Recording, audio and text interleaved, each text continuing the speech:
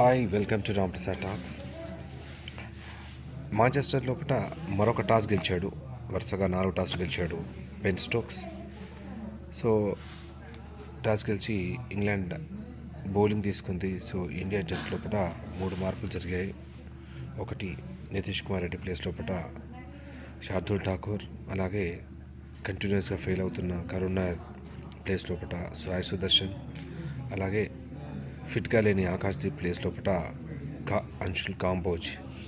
So 3 replacement జరిగాయి, 3 బయటికి వెళ్ళారు. సో అటు నితీష్ కుమార్ రెడ్డి అలాగే ఆకాశ్దీప్ ఇద్దరు కూడా ఫిట్నెస్ ప్రభావంతో ఫిట్నెస్ సరిగ్గా లేకపోవడంతో అంటే గాయం కావడంతో బయటికి వెళ్ళిపోయారు.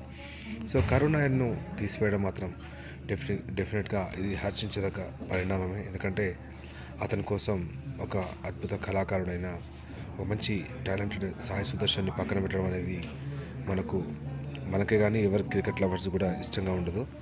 సో ఈ మ్యాచ్ మాత్రం రసవత్తరంగా కొనసాగడానికి మాత్రం అవకాశం ఉంది. ఎందుకంటే ఇంగ్లాండ్ జట్టు లోపల అందరూ కూడా లాస్ట్ మ్యాచ్ లోపల ఈ ఇండియన్ టీం ప్లేయర్స్ని రెచ్చగొడుతూ ముఖ్యంగా శుభ్మన్ గిల్ని ఫామ్ కోల్పోయేలా చేసినందుకు ఎలాంటి ప్రతీకారం తీర్చుకుంటాడనేది ఈ మ్యాచ్ ద్వారా తెలిసిపోతుంది.